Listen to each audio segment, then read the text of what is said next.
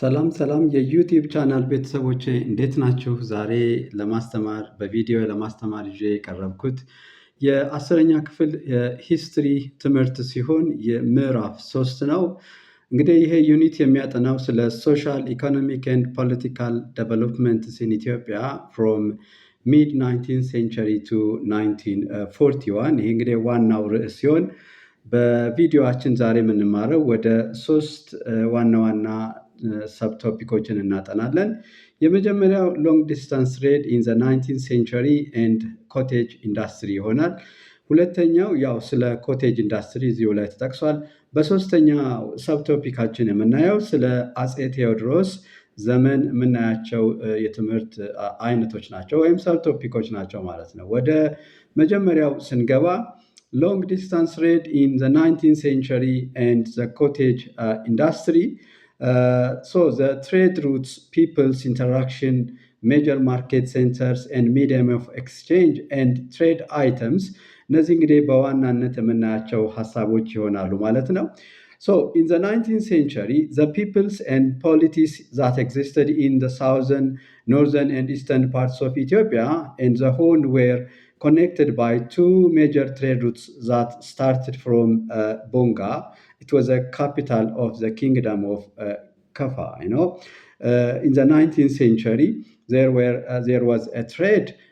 So this trade, it was started from southwestern Ethiopia, specifically from Bonga. Why it was started from southwestern Ethiopia? ለምንድን ነው እሱ በ19ኛው መቶ ክፍለ ዘመን የነበሩት የንግድ መስመሮች መነሻቸውን ደቡብ ምዕራብ በተለይም ቦንጋ የከፋ ዋና መቀመጫ የሚያደርጉት?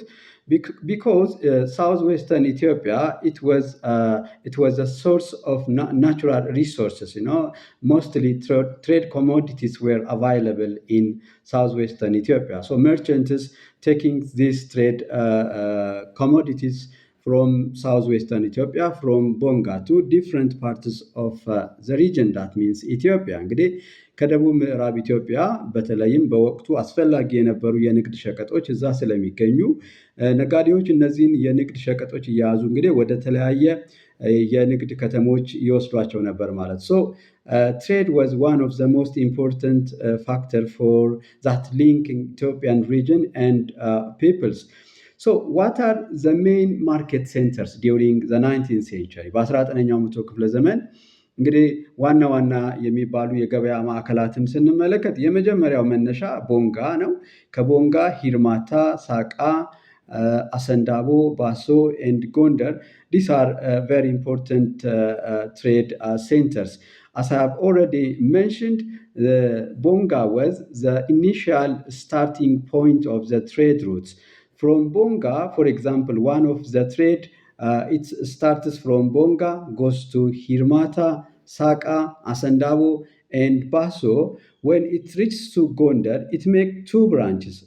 From Gondar, one of the trade routes enter into Metama Galabat, whereas the other trade routes, it goes to Adawa. Crossing Adawa, it reaches to Mitsuwa and the Red Sea region. This was one of the first trade routes which started from Bonga. The other trade routes which started from the second trade routes also started from Bonga and passed through the famous market centers of the country like Hirmata in Jimma, Sodo in southern Shawa, Roge at the foot of Yerar Mountain, Aliyuamba or Abdul Rasul in the northern Shawa and Harar eastern Ethiopia. When the second trade route, of course, when it reaches to Harar, it makes two branches. The first branch, it entered to Zaila, whereas the second branch, it also entered to Zaila. These are very important trade ports of northern Somalia. So these are the two very important trade routes which started from Bonga. In order to understand this map, it helps you to know the trade routes of the 19th century. In the map, as you have seen, one of the starting point of the trade routes is Bonga, The first trade routes, the line shows from Bonga, it goes to Saka, Asandabo, Basso, Darita. When it reaches to Gondar, it makes 2 branches. The first branch enters into Metama, whereas the other branch, it goes to Adawa, crossing Adawa, and reaches to Mitsawa. This was the first trade route. Similarly, the second trade route of the 19th century, it starts from Bonga. From Bonga, Jeren, Sodo, Roge, Aliyuamba, Harar. And when it reaches to Harar, the first branch goes to Berbera, whereas the other, it was Zaila. These are major ports of northern Somali region. So these are the very important trade routes which were started from Bonga, southwestern Ethiopian region. እንግዲህ እነዚህ ዋና ዋናዎቹ የንግድ መስመሮች ሲሆኑ ሁለቱም መነሻቸው ቦንጋ ነው ወይም ሳውዝ ዌስተርን ኢትዮጵያ ነው። ቅድም እንዳልነው ሳውዝ ዌስተርን ኢትዮጵያ ወይም ቦንጋ የሆነው በስምምነት ሳይሆን ሳውዝ ዌስተርን ኢትዮጵያ ላይ በወቅቱ አስፈላጊ የነበሩ የንግድ ሸቀጦች የሚገኙት ከዚህ ስለሆነ ነጋዴዎች እነዚህን የንግድ ሸቀጦች እያያዙ እንግዲህ ወደ ሁለት ታላላቅ የንግድ መስመሮችን ይሰራሉ ማለት ነው። ይሄ እንግዲህ በ19ኛው መቶ ክፍለ ዘመን የነበረ የኢትዮጵያ ውስጥ የነበረ የንግድ ሂደት ነው ወይም የሲራራ ነጋዴ ብለን የምንጠራቸው ማለት ነው። The principal commodities that dominated the long distance trade in the century, means in the 19th century, were ivory, civet musk, salt bars, amole, and slaves. The salt bars, commonly known as amole, is served as a medium of exchange and were used side by side with Maria Theresa Thaler. MTT was a coin introduced from Austria to the Horn of African region by the Arab traders at the end of the 18th century. እዚህ ጋር ደግሞ የምናየው ሀሳብ ምንድን ነው? በ19ኛው መቶ ክፍለ ዘመን የነበሩ የንግድ ሸቀጦች ናቸው። እንደነ አይቮሪ፣ የዝሆን ጥርስ፣ ሲቬት ማስክ፣ ሳልት ባርስ፣ እንደነ አሞሌ፣ ኢቨን ባሪያም ጨምሮ የንግድ አይነቶች ነበሩ። የንግድ እቃዎች ወይም ሸቀጦች ብለን የምንጠራቸው ናቸው። ከነዚህም ውስጥ አሞሌ በወቅቱ እንዳሁኑ ገንዘብ እንደ ብር መገበያያ ነበር። በተለይም የማሪያ ቴሬዛ ታለር ከኦስትሪያ ከመጣ በኋላም በትይዩ ሁለቱም የንግድ መገበያያ ገንዘቦች ሆነው ያገለግሉ። ይሄኛው ኤምቲቲ ወይም ማሪያ ቴሬዛ ኮይን ማርትሬዛ ብለን የምንጠራው ገንዘብ ከኦስትሪያን የመጣው በአረብ ነጋዴዎች አማካኝነት። እንግዲህ ከዚህ ጊዜ ጀምሮ ሁለቱም የንግድ መገበያያ ሆነው ያገለግሉ ነበር ኢትዮጵያ ውስጥ ማለት ነው። So the long distance traders had diverse backgrounds. እንግዲህ እዚህ ጋር ደግሞ የምናየው ምንድን ነው? ነጋዴዎቹ እነማን ናቸው በዋናነት ስንል at each market center local peoples were active traders, but mostly the traders of the period were Muslim merchants. We have 2 or 3 very important Muslim merchants. For example, Jabarti were Muslim merchants who conducted the trade in northern Ethiopia, most specifically in Gondar. The second Muslim merchants, Oromo Muslim merchants, were the Afkala. They conducted the trade of southwestern Ethiopia. ደቡብ ምዕራብ ላይ ደግሞ በዋናነት የንግድ ሂደቱን የሚያቀላጥፉት ሙስሊም ኦሮሞ መርቻንቶች አፍቃላ ይባላሉ ማለት ነው። እንግዲህ ሌላኞቹ ትሬደሮች እንደነ አርጎባ የመሳሰሉት ንግዱን በሸዋና በሐረር መካከል የሚገኘውን ንግድ ያቀላጥፋሉ ማለት ነው። እንግዲህ 3ቱ የነጋዴዎች ብለን የምንጠራቸው በወቅቱ እንደነ ጀበርቲ ጎንደር ላይ፣ አፍቃላ ሳውዝ ዌስተርን ኢትዮጵያ፣ አርጎባ ደግሞ በሸዋና በሐረር መካከል የሚገኙ በሐረርና በኖርዘርን ሶማሌ መካከል የሚገኘውን ንግድ ይሰሩ ነበር ማለት። These are in terms of the merchants of the 19th century. እንግዲህ የዩቲዩብ ቻናል ቤተሰቦቼ አሁን ወደ ሁለተኛው ቶፒክ አልፋለሁኝ፣ ዘ ሮል ኦፍ ኮቴጅ ኢንዱስትሪ። ለቻናሉ አዲስ ከሆናችሁ ሰብስክራይብ፣ ላይክ፣ ሼር ማድረግ አትርሱ። ዘ ሮል ኦፍ ኮቴጅ ኢንዱስትሪ፣ መጀመሪያ ኮቴጅ ኢንዱስትሪ ማለት ምን ማለት ነው? አገር በቀል ኢንዱስትሪ ወይም የጎጆ ኢንዱስትሪ ብለን የምንጠራው ነው። ትራዲሽናል ኢንዱስትሪ it was existed in Ethiopia. This handicraft technology, it was existed in Ethiopia since the time of immemorial period. ማለት በጥንት ዘመን ጀምሮ የነበረ የእደ ጥበብ ሙያ ነው ማለት ነው። The most common cottage industries were metal working, pottery, tannery, carpentry, masonry, and weaving, including jewelry and basket making። እንግዲህ የተለያዩ የዕደ ጥበብ ሙያዎችን እናያለን። ለምሳሌ ፖተሪ ሸክላ ሰራተኞች አሉ። ታነሪ እንግዲህ ከቆዳ የተለያዩ ልብስ አልባሳትን የሚሰሩ፣ ካርፔንተሪ አናጺዎች ማለት ነው፣ ማሶነሪ፣ ዌቪንግ እንግዲህ እነዚህ ደግሞ የልብስ ስራ ላይ እንደ ሽመና የመሳሰሉት እነዚህ የመጀመሪያዎቹ ኢንዱስትሪዎች ናቸው በኢትዮጵያ ማለት ነው።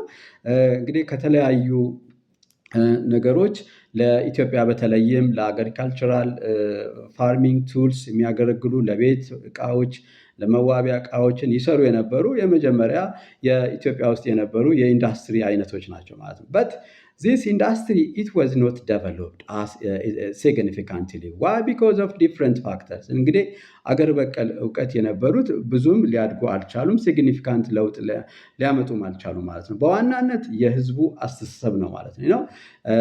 bad attitude towards the men, bad looking or attitude means such peoples were marginalized and they were despised sometimes. እንግዲህ ይገለላሉ፣ ከሰው ይገለላሉ። ፕላስ ደግሞ ኢቨን ስድብም ጭምር ስለነበረ ይሄ እውቀት ኢትዮጵያ ውስጥ እንዳያድግ እንቅፋት የሆነው የማህበረሰቡ አስተሳሰብ ነው ማለት ነው። bad behavior towards these individuals. The second very important topic of the third subtopic is the making of modern Ethiopian state from 1855 to 1930s. ይሄ ቶፒክ ደግሞ በቀጥታ የሚወስደን ስለ አጼ ቴዎድሮስ ዘመን ውስጥ የነበሩ ፕሮግረሶችን እናያለን ማለት ነው። So the making of modern Ethiopian empire involved in the unification of the regions and principalities found in northern and north-central parts and territorial expansion into southern half of the country. እንግዲህ ኢምፓየር ፎርሜሽን ስንል እንግዲህ በአጼ ቴዎድሮስ የተጀመረው ነው። ኢትዮጵያን ዩኒፋይ ማድረግ ነው በኖርት ሴንትራል እና ፓርትስ ኦፍ and expansion in southern half of the country. This included what we call the making of modern Ethiopian empire.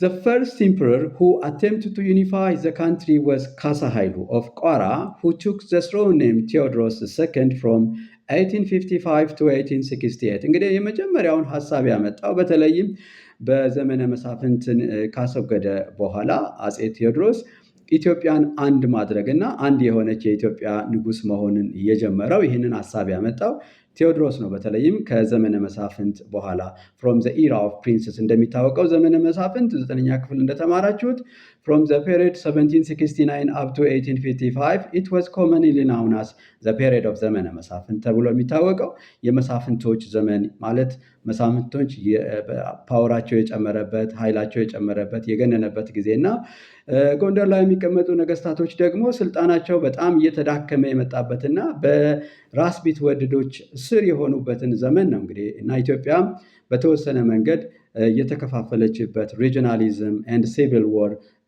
normally national crisis was prevailed during that period. ይህንን እንግዲህ ዘመን ለአንዴና ለመጨረሻ ጊዜ ያጠፋው አጼ ቴዎድሮስ ነው ማለት ነው። በሁሉንም የአካባቢ ገዢዎች አንድ በአንድ በማሸነፍ ማለት ነው። በኋላ በተወሰነ መንገድ ይህንንም የምናይበት ነገር አለ ማለት ነው። ብቻ ለማንኛውም አጼ ቴዎድሮስ ከዘመነ መሳፍንት በኋላ ኢትዮጵያን አንድ ለማድረግ የሞከሩ ንጉስ ናቸው ማለት ነው። ምንም እንኳን ባይሳካላቸውም ሐሳቡን ያመጡት አጼ ቴዎድሮስ ናቸው።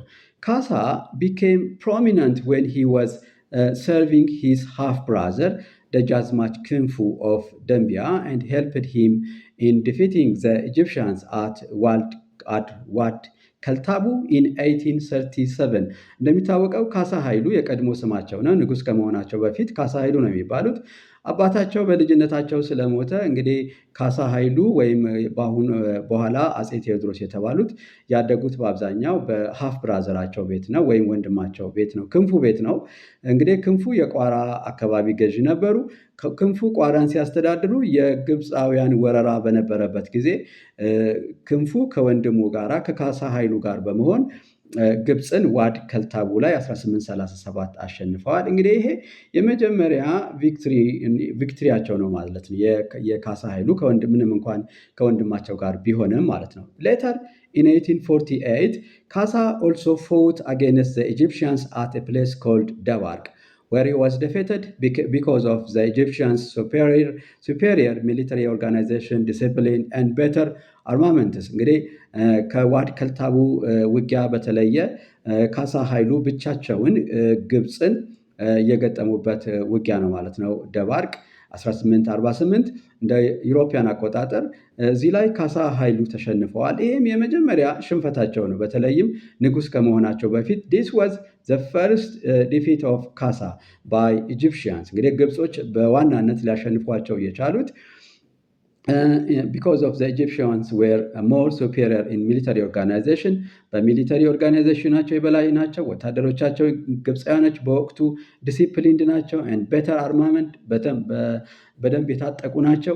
በዚህ ምክንያት ነው እንግዲህ ካሳ የተሸነፉት። እንግዲህ አንዳንድ ጸሐፊዎች ካሳ ኃይሉ ንጉሥ ከሆኑ በኋላ ሚሊተሪያቸውን ለማዘመን ሌሰን ያገኙት ከዚህ ውጊያ ነው ይባላል። ግብጾች ያሸነፉኝ እነዚህ ኳሊቲዎች የተሻሉ ስለሆኑ ነው የሚል አስተሳሰብ በውስጣቸው ያደረው ከዚህ ውጊያ ነው የሚል እሳቤ አለ ማለት ነው በኢትዮጵያ ታሪክ ውስጥ። Meanwhile, Kasa became a popular and this attracted the attention of Yeju Werreshe lords. Therefore, they decided to have Kasa on their side through a marriage arrangement, and thus they gave him Tawabech, the daughter of Ras Ali II.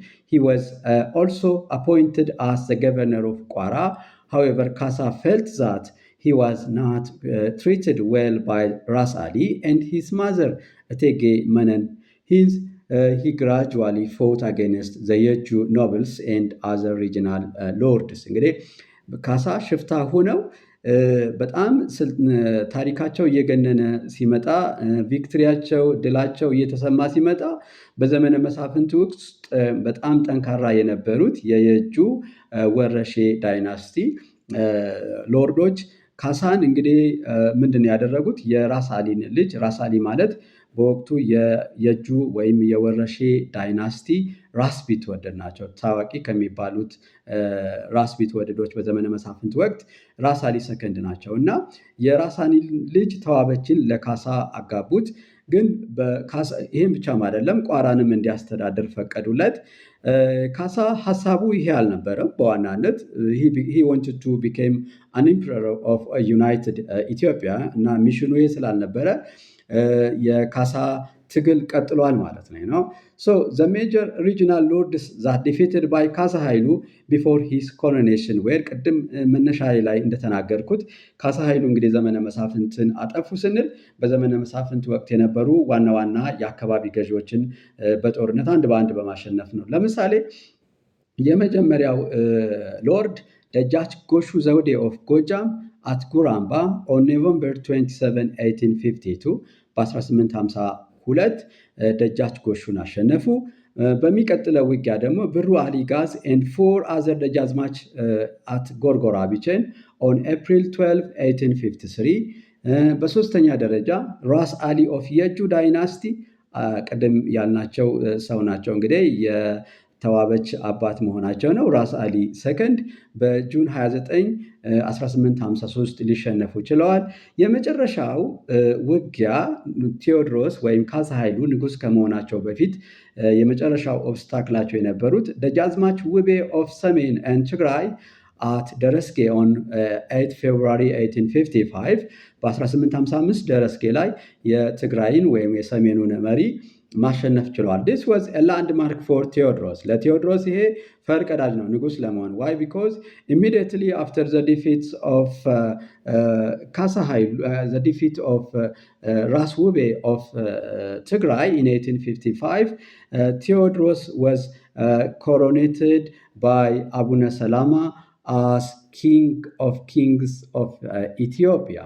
So that was a very important victory for Theodros. The last victory, it was scored in 1855. የመጨረሻ ውጊያ እንግዲህ ዘመነ መሳፍንትን ለአንዴና ለመጨረሻ ያስወገዱበት ውጊያ ነው እንግዲህ የደረስጌ ውጊያ። ከዚህ በኋላ ነው እንግዲህ ቴዎድሮስ የኢትዮጵያ ንጉሠ ነገሥት ሆነው የመጡት ማለት ነው። እንግዲህ ቴዎድሮስ በአቡነ ሰላማ በደረስጌ ማርያም ቸርች የኢትዮጵያ ንጉሠ ነገሥት ተደርገው ተቀብተዋል ማለት ነው። ከዚህ በኋላ ቴዎድሮስ ሚሽናቸው ስላላበቃ ኢትዮጵያን አንድ ማድረግ ስለሆነ ፍላጎታቸው ሁለተኛው ዘመቻው የሚቀጥለው እንግዲህ ንጉስ ከሆኑ በኋላ በቀጥታ ወደ ወሎ ካምፔን ነው የምንሄደው ማለት ነው። ዘ ወሎ ካምፔን ዌር ሂ ኢንካውንተርድ ፋየርስ ሬዚስተንስ ስታርትድ ኢን ማርች 1855 the capture of Magdala on 12 September 1855 marked the end of Theodorus' campaign to Wallo for a time being እንግዲህ በ1855 ወሎ ላይ ዘምተው ወሎን ለጊዜውም ቢሆን ወደ ኢምፓየራቸው መቀላቀል ችለዋል። but the resistance continued አመፁ ግን አልቀጠለም። ከወሎ በኋላ ቴዎድሮስ ካምፔናቸው ወደ ሸዋ ይሆናል። ወደ ሸዋ ሲሄዱ ግን ወሎ ላይ የነበረው አመፅ ይቀጥላል ማለት ነው። his campaign to Shawa also lasted some 5 months. It was concluded after the Shawan force was defeated at the Battle of Barakat in November 1855 ሸዋን እንግዲህ ያሸነፉበት ባትል ነው ማለት ነው። ኖቬምበር 1855 ከዚህ ውጊያ በኋላ አጼ ቴዎድሮስ አንድ ነገር አድርገዋል። ሹመት ነው ያካሄዱት። ለምሳሌ ቴዎድሮስ left ሸዋ by appointing ኃይለ ሚካኤል the brother of ኃይለ መለኮት ኃይለ መለኮት ቀደም ብለው የሸዋ ንጉስ የሆኑና ከቴዎድሮስ ውጊያ በኋላ በተፈጥሮ የሞቱ ወይም ህይወታቸው ያለፈ የሸዋ ንጉስ ናቸው። በሱ ምትክ ኃይለ ሚካኤልን ሹመው ነበር። ግን ሰይፉ የሚባለው ሌላው ወንድማቸው የኃይለ መለኮት ልጅ እንደገና he continued resistance against Theodorus. Similarly, in areas like Gojam, Samin, rebellion against Theodorus had already started. Hence, the conclusion of the Shawan campaign marked the peak of Theodorus' power and also the beginning of the end of his reign. ምን ማለት ነው?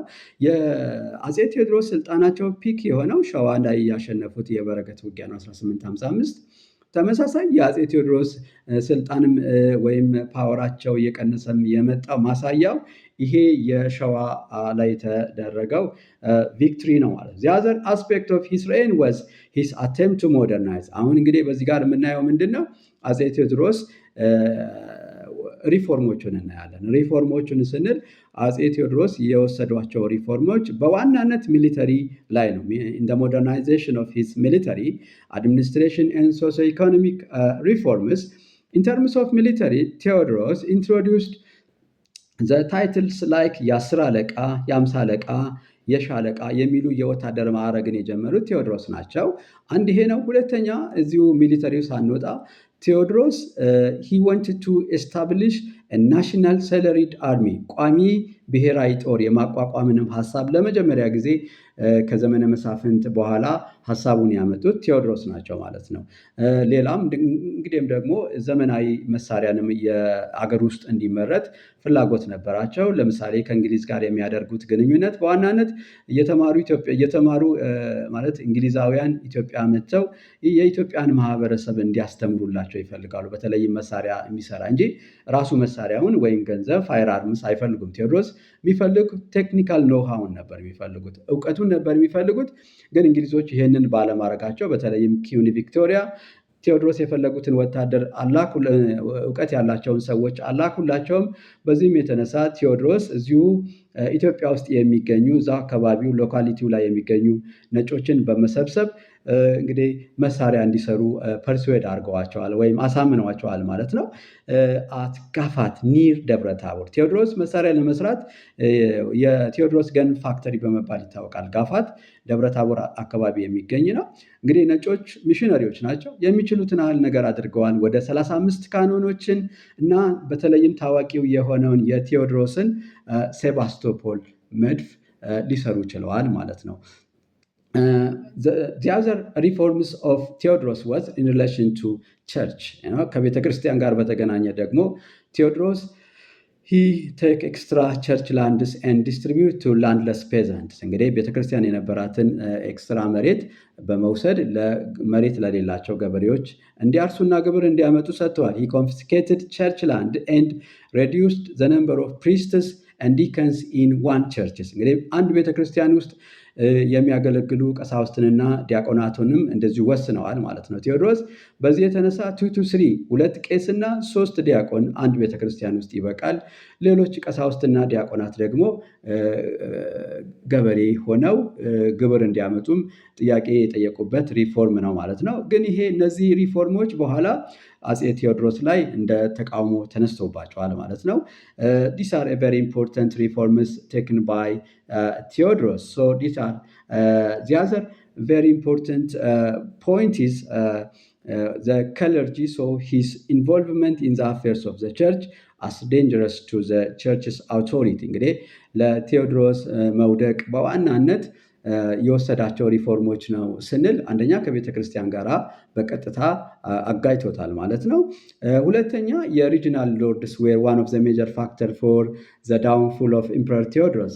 ሁለተኛው ኢንተርናል ፋክተር ብለን የምንጠራው ብዙ ጊዜ ለአጼ ቴዎድሮስ መውደቅ የአካባቢ ገዢዎች ናቸው። ምክንያቱም አጼ ቴዎድሮስ ፓወሩን ሴንትራላይዝ ሲያደርጉና እሳቸው አፖይንት ሲያደርጉ የአካባቢ ገዢዎች ስልጣናቸውን ቀድሞ ያገኙ የነበሩ ስልጣንና ኢኮኖሚያቸውን ስለሚያሳጣቸው they resisted him persistently በቀጣይነት ስለታገሉት የአጼ ቴዎድሮስን አቅም ጨርሰዋል። these are internal factors for the fall of Emperor Theodorus II ኤክስተርናሊ ቅድም ያልነው ነገር ነው። ከእንግሊዝ ጋር የነበረው የውጭ ግንኙነት በተለይም መሳሪያ የማምረት ኢትዮጵያን ዘመናዊ የማድረግ ሀሳቡ ስላልተሳካለት እና ሚሽነሪዎችን ሰብስቦ